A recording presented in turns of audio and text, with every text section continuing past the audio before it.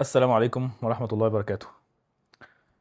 زي ما قلت لكم، انا كنت عايز اعمل كونتنت شوية بره حتة الجيم، لان انا بقيت شايف عامة ان كده كده الحياة كلها خلاص، مش بقى هفضل بودي بيلد. انا كده كده الموضوع بالنسبة لي كبطولات والكلام ده كله مش worth it. فايه، زي ما انتوا عارفين الهدف بتاع الشانل عامة نخلي الرجالة احسن في كل حاجة.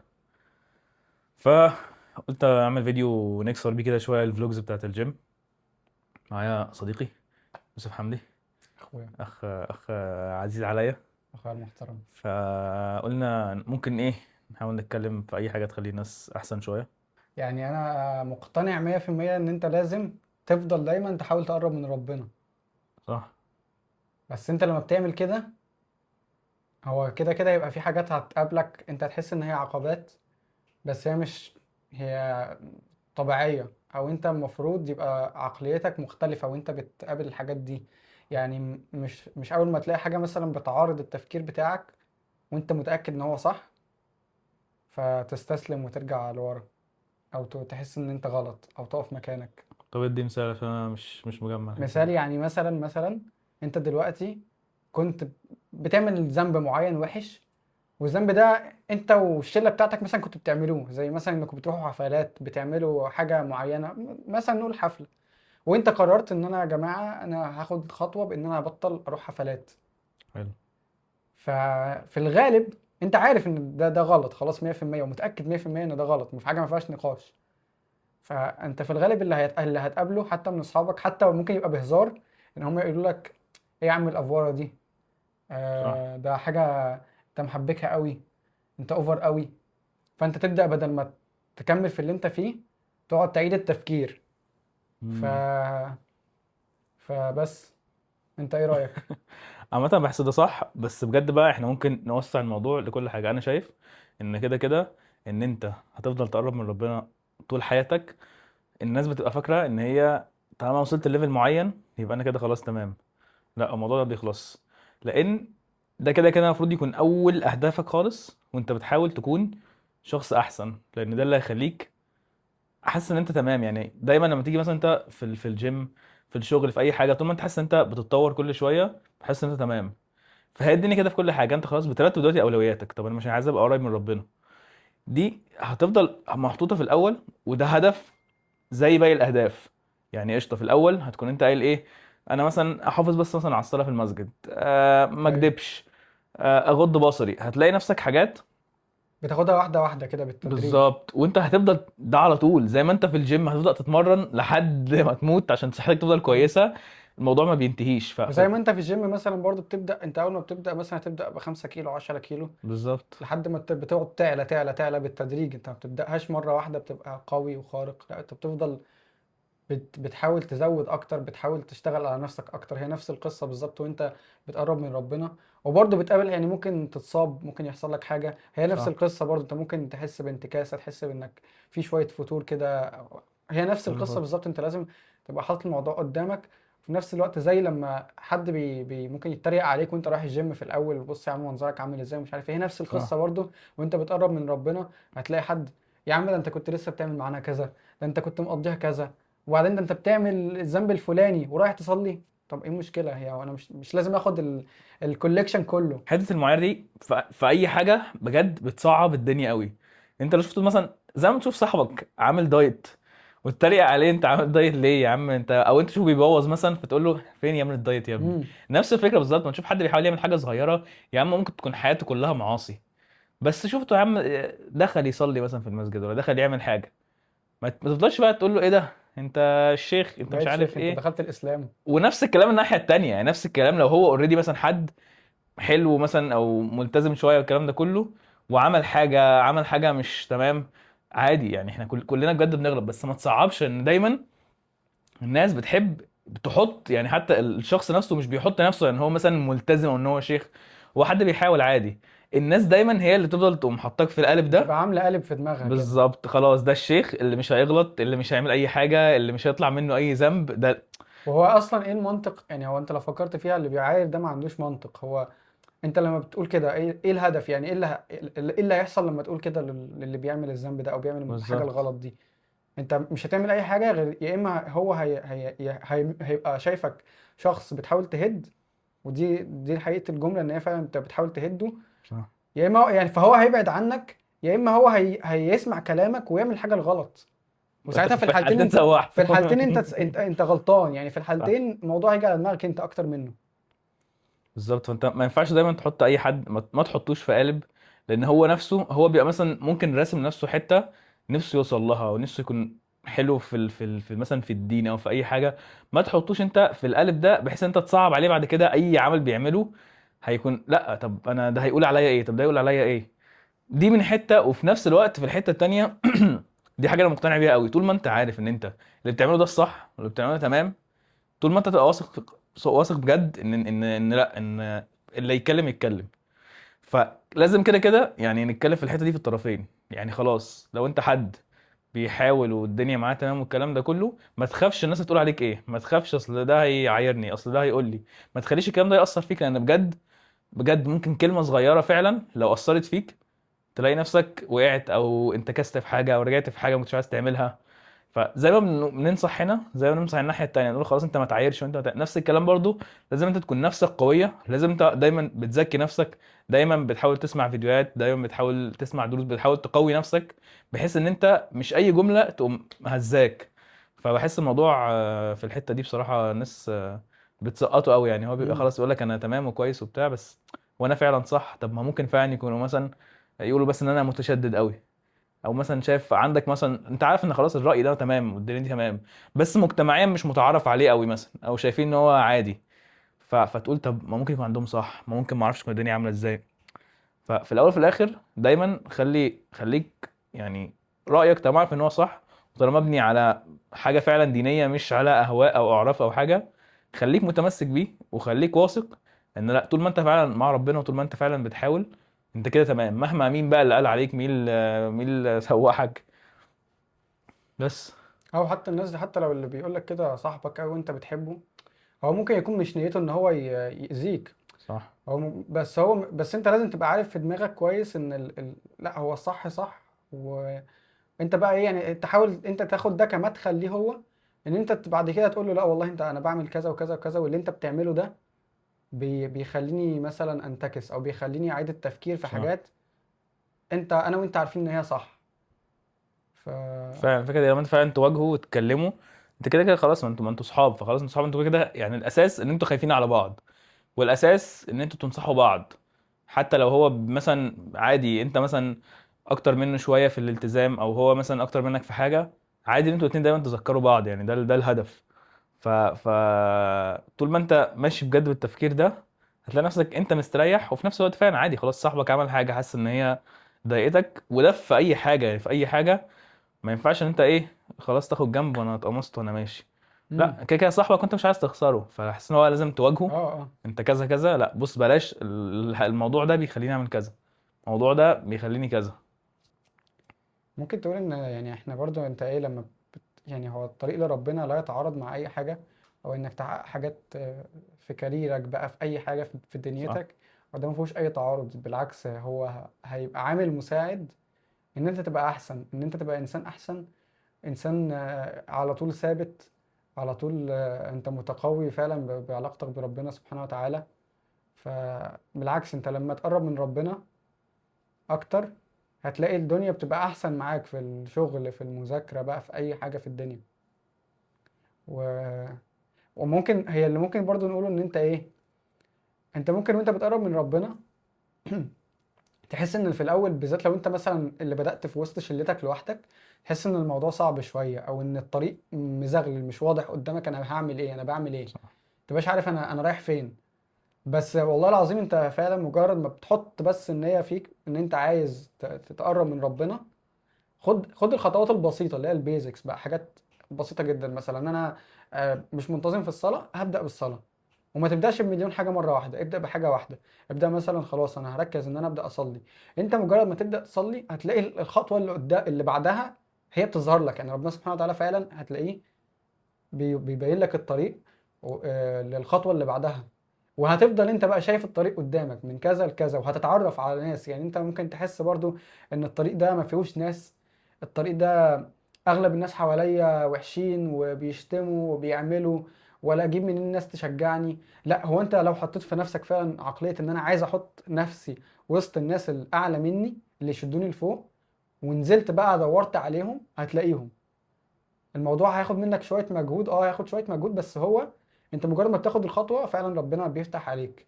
وده يعني دي حاجة عن تجربة فعلا.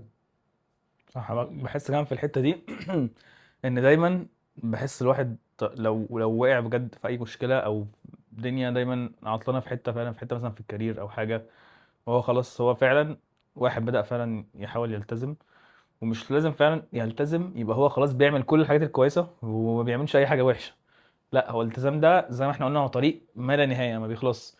بس انت بص حطيت في دماغك يعني الواحد لما بدأ بس في الأول يحاول يعرف أكتر عن ربنا والكلام ده كله، بفضل أقول لناس كتير أنا حتى اللي اتغير مش شكلي، يعني ممكن شكلي عادي زي ما أنا مثلا زمان، مش حاجات كتير اتغيرت، أنا شكلي كبرت بس عادي.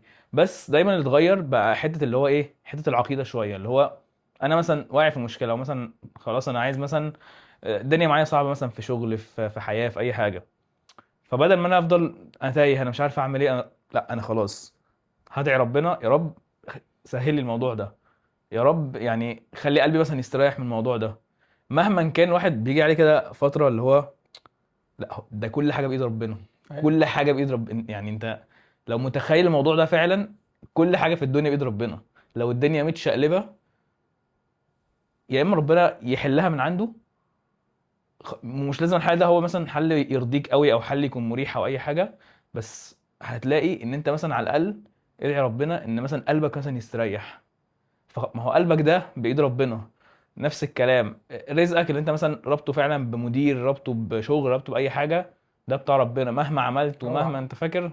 الموضوع برضه بايد ربنا يعني. فلو حطيت ده في دماغك فعلا واللي هو لا ده كل حاجه فعلا بايد ربنا، هتلاقي نفسك اول ما بجد بتعطل في اي حاجه، تلاقي نفسك بتروح تصلي وانت ساجد هتدعي يا رب انا عندي مشكله في كذا وكذا، يا رب انا عارف ان انت الوحيد اللي بتحلها، يا رب انا مش بايدي اي حاجه وانت اللي بايدك كل حاجه. اول ما تبدا تفكر بجد بالعقليه دي، هتلاقي نفسك خلاص انت الدنيا ماشيه معاك. هتلاقي نفسك انت ممكن تكون فاكر ان الدنيا مشاكل مثلا زي ما هي على الاقل الناس اللي بره حتى ممكن يكونوا شايفين طب ما هو فعلا واقع في واحد اتنين تلاته والدنيا معاه صعبه ومعهوش فلوس ومش لاقي شغل وي وي وي. بس انت جوه دماغك من كتر ما انت بتدعي ربنا فعلا مثلا بصدق، وبتحاول فعلا تحافظ على الصلاه وبتدعي ربنا فيها، وعلى قد ما تقدر يعني ربنا يقول واتقوا الله ما استطعتم، يعني على قد ما تقدر فعلا بتتقي ربنا، هتلاقي نفسك المشاكل دي وقعها على قلبك مش زي قبل كده، او مش زي مثلا واحد مش ملتزم خالص ومش حاطط الموضوع في دماغه خالص.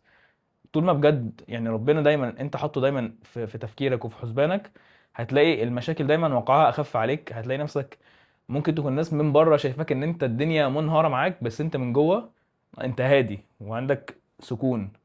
فبحس دي نقطة مهمة. ايوه، حتى انت بتقول مثلا نقطة اللي هو انت مثلا حتى المدير اللي انت رابط بيه الرزق ده، ومعقدك في الشغل ومكرهك في حياتك، اه. هو ده كله ده فعلا بإيد ربنا، وربنا سبحانه وتعالى هو اللي خلاه يعمل كده. فانت لما بتشوف كده، لما بتبص الموضوع بالنظرة دي دايما في كل حاجة في الحياة، ان ربنا سبحانه وتعالى هو المدبر، وهو اللي عمل الحاجة دي، هو اللي خلى الشخص الوحش ده يعمل الحاجات الوحشة دي، هو اللي خلى المدير بتاعي يخنقني. ليه؟ لان انا بعد كده حتى ممكن انا مش شايف ده قدامي دلوقتي، بس ممكن بعد كده مثلا المدير ده تسبب ان انا مشيت من الشغل، تلاقي سبحان الله فرصة تانية اتفتحت لك في مكان تاني صح. احسن بكتير. وما كانتش هتحصل لولا ان المدير ده يخنقك في حياتك. غير كده انت كنت ممكن تفضل في الشركة دي الى ما لا نهاية، وزي ما عايش زي ما انت، وحاسس ان حياتك عادية، انت حاسس ان مفيش مشكلة اصلا. لكن هو ربنا سبحانه وتعالى كان كاتب لك الافضل ليك. ف... فهو موضوع الابتلاء ده برضو ان هو ايه، انت لما بتبص له بالنظرة دي، بتلاقي الدنيا انت حتى في وقت الابتلاء انت هادي. وحتى لو بتتوتر شوية بتاع، مش زي لما تبقى ايه، ناسي ان كل حاجة بإيد ربنا. لا، لما بتفتكر دايما ان ربنا سبحانه وتعالى هو اللي متحكم في الشخص ده، هو اللي متحكم في الموضوع كله، بتهدى خالص بقى. بس. عامة أنا عندي برضو موقف ليه علاقة بالموضوع ده، إن أنا فعلا كنت في شغل قبل كده وكان عندي مشاكل قد كده، ما كنتش مبسوط في الشغل مع إني كنت قبلها كنت فاكر إن الشغل ده هيبقى أحسن حاجة في الدنيا وده حلم حياتي والكلام ده كله. وبجد قعدت شهرين ثلاثة هناك وبدأت أتخنق وبدأت تحصل مشاكل وبدأت أحس إن هو طب فين، طب ما أنا كنت عايز ده فعلا. بس برضو كان فيها شوية إيه، حته ساعتها في الاول شويه، لا طب المدير، طب وكان مثلا ساعتها لا كان مثلا بدأ يتخصم لي سنه مش عارف ايه، وكان خلاص ما كنت، مش لازم، ما فيش حاجه مثلا صح مطلق او غلط مطلق، بس خلاص في مشاكل وانا لا تعبت، وعمال طب هعمل ايه والفلوس والالتزامات والدنيا. وبعدين قلت كل حاجه بيد ربنا، انا تعبت وزهقت وخلاص، وانا فعلا عايز اعمل حاجه كويسه بس انا تعبت. حصلت مشكله والشغل في الاخر الدنيا فيه باظت والشركه حصلت فيها مشكله، وانا ما كملتش في الاخر، وكنت فاكر ان ده اسوأ حاجه في الدنيا هتحصل لي. بس بعد كده ربنا بعت لي شغل تاني واحسن منه بكتير واريح منه بكتير، ولقيت اللي هو طب فعلا لا، يعني طول ما انت حاطط في دماغك ان محدش هيقدر فعلا يعمل لك حاجه، وان محدش يقدر يضرك خالص طول ما لا ربنا مش كاتب لك كده، فاول ما تحط ده في دماغك هتلاقي نفسك هديت. لان بصراحه يعني في قاعده قد ما هي ممكن تبان يعني مثلا سلبيه شويه او مش سلبيه، هي واقع قوي بس الناس مش واخده بالها من الموضوع ده قوي، ان الدنيا اصلا دار ابتلاء. يعني انت اصلا جاي الدنيا عشان تبتلى وعشان يحصل فيك، ومش لازم عامه ابتلاء يبقى مثلا الابتلاء اللي هو حاجه مثلا تكون احسن بس، او ابتلاء اللي هو يعني قصدي ان دايما الدنيا مش قصه ابتلاء اللي هو ايه حاجه، يعني الابتلاء في كده كده في الحلو وفي الوحش، يعني حتى لو انت معاك مثلا فلوس كتير او ده ابتلاء برضو. مم. بس بتكلم في حته ايه، ان انت هتلاقي نفسك عادي ممكن تلاقي نفسك معظم الوقت في مشاكل، وفي مش الدنيا مستحيل تكون وردي 100%.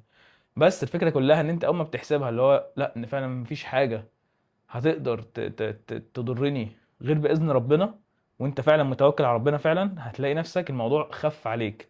بقى انت عارف ان فعلا الدنيا دار فعلا ابتلاء، بس هتلاقي الموضوع اخف عليك شويه، يعني هتكون فترات وفترات، بس على الاقل هتلاقي نفسك معظم الوقت، خصوصا لما بتاخد بالك. يعني دايما الواحد بيفضل يقرا ويتكلم مع ناس ويتفرج على فيديوهات والكلام ده كله عن ابتلاءات ومشاكل، بس انت اول ما بتقع في مشكله مره واحده من كتر مثلا الصدمه، او مثلا لو مشكله كبيره قوي، بتلاقي نفسك نسيت كل ده ايوه، انا مره كنت لسه واحده. هقول كده.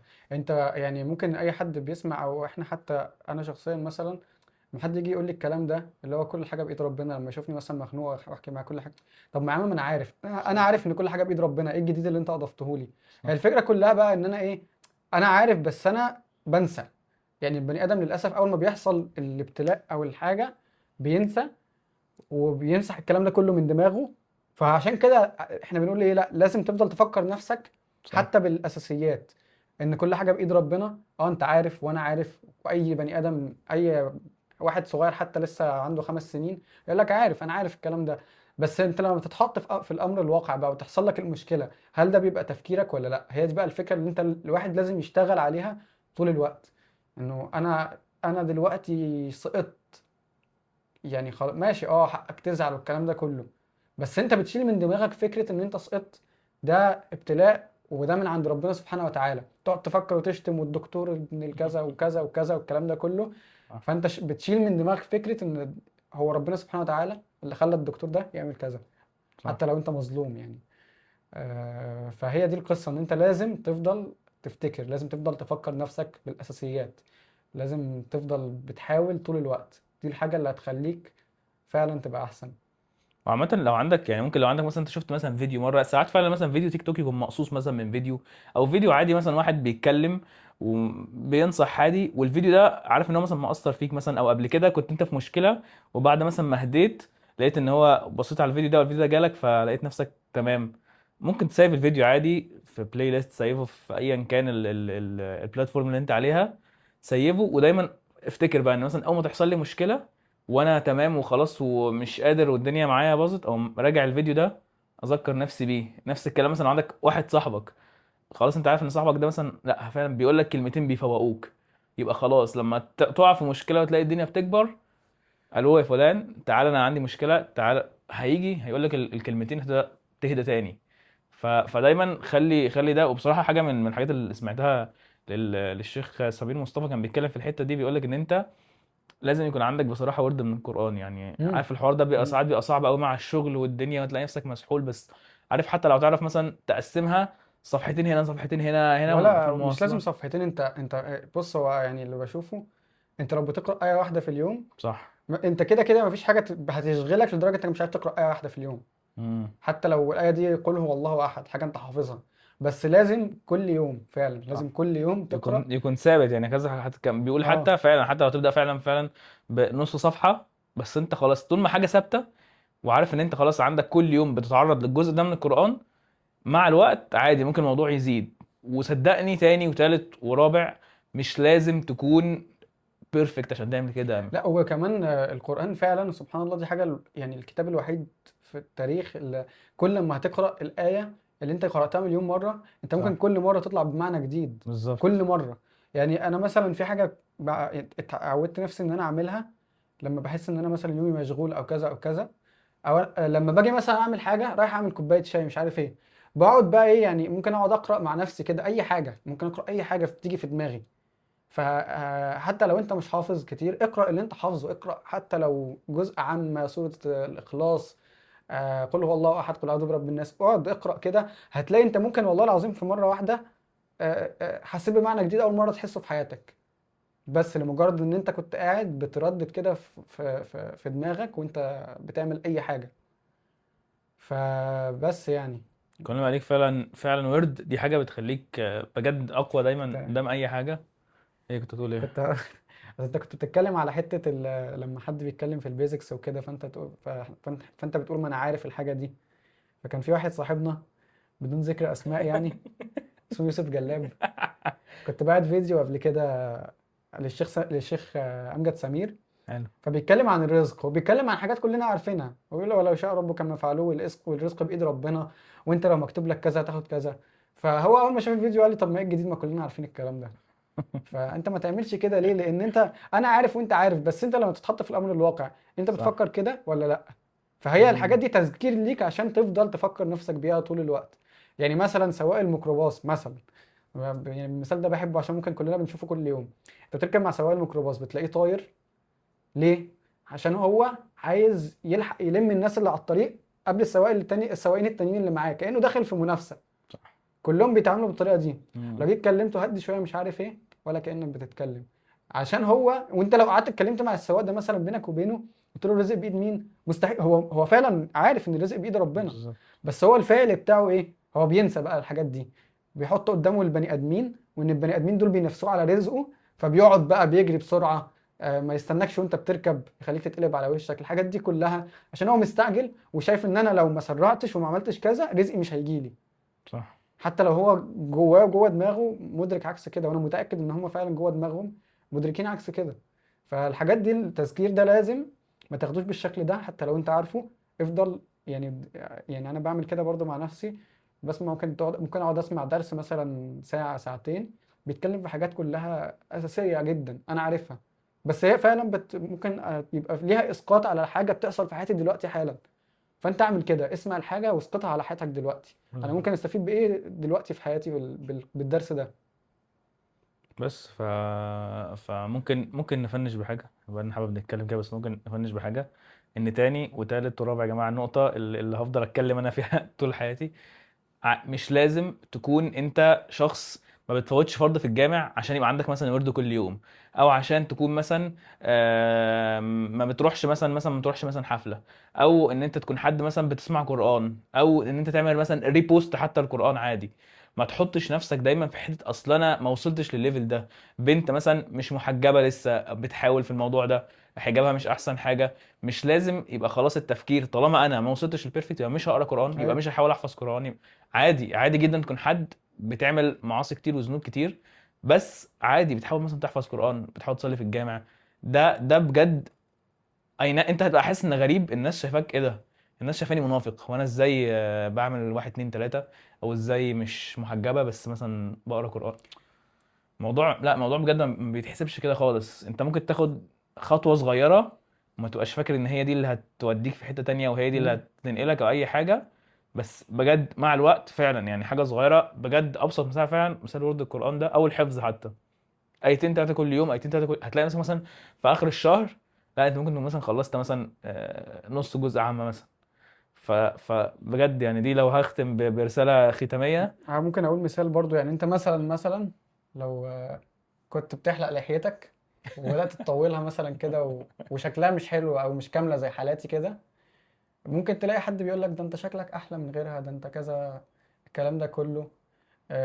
بس طالما انت محتسب ده لله فانت لا صح. كمل. ولو حتى ده بيقول لك، طب ممكن برضه تسمع حد بيقول لك ايه، طب ما طالما انت يا عم بتعمل كذا، طب ليه ما بتعملش كذا؟ طب ليه بقى ما تعملهاش وتسيبها خالص وما تاخدش منها؟ ليه بتاخد بالرأي الفلاني مش بالرأي الفلاني؟ صح. والله هو انت مهم انك بتاخد خطوة، بالظبط. وحتى لو بتاخدها بالتدريج، المهم انك تبدأ بالخطوة دي، وما تسمعش بقى ايه للكلام الفاضي ده. بالظبط. مسج ختامية: بلاش تيجي تشتغل بعقلية all or nothing. يا اما انا هبقى حلو قوي وما بعملش حاجة وما بنزلش اغاني خالص وي وي وي، يا اما هبقى العكس تماما. التدرج هو الحل. بالظبط. عادي يعني ان انت تكون بتعمل عمل كده وعمل كده، عادي، لان في الاول وفي الاخر برضو الواحد بيجي بيحسبها. طبعا كله يعني برحمة ربنا، بس في الاول وفي الاخر الموضوع الاساسي ان هو، او اللي ربنا حتى قال لنا عليه، الموضوع ميزان حسنات وسيئات. فاحنا مم. عايشين في الدنيا دي عشان كده كده هنغلط. يبقى احنا الهدف الاساسي بتاعنا ان احنا نحاول نعمل حسنات على قد ما نقدر، ونحاول نبعد عن السيئات على قد ما نقدر، بحيث ان احنا يعني بعد رحمة ربنا طبعا يكون الحسنات اعلى فنخش الجنة. وده الهدف الاخير. ده ماشي. كان كل اللي عايز تقول حاجة اه يا زي شيخ ما يوسف؟ تكملة لكلامك، هو في ربنا سبحانه وتعالى بيقول ومن جاهد فإنما يجاهد لنفسه. بالظبط كده. الحياة فهو رحلة كله جهاد عشان، أبدية. كله عشان نفسك في الآخر. بالظبط. ماشي. ده كان فيديو النهارده، حاجه عشوائيه، فتحنا الكاميرا وقلنا نتكلم كل واحد بعقلية. دايما بصراحه اليوتيوب بالنسبه لي بقى غير تيك توك وانستجرام والكلام ده كله. بالنسبه لي مكان انا بحب اتكلم، وانا حد اصلا باوفر ثينك كتير قوي، فبحس ان مفيش حاجه احسن ان الواحد يطلع يتكلم. فلو عايزين برضو موضوع معين ممكن نتكلم فيه. احنا لا بنقول فتاوى ولا بنحكم على حد ولا بنعمل اي حاجه، احنا عادي اتنين على الله خالص بنحاول. بس يعني بنحاول نتكلم ونحاول واحد بجد، يعني لو فعلا ممكن واحد يوم من الايام يجي بس بواحد بس استفاد بحاجه صغيره خالص، انا عن نفسي مرضي. حتى لو انت شايفني ان انا وحش وبعمل وبعمل وبعمل، انا بالنسبه لي لو حد استفاد من جمله صغيره قلتها او كلمه صغيره، انا بالنسبه لي تمام. فشوفوا الدنيا، شوفوا لو حد عايز نتكلم في توبيك معين تاني. وبس، نلقاكم في فيديو قريب. السلام عليكم.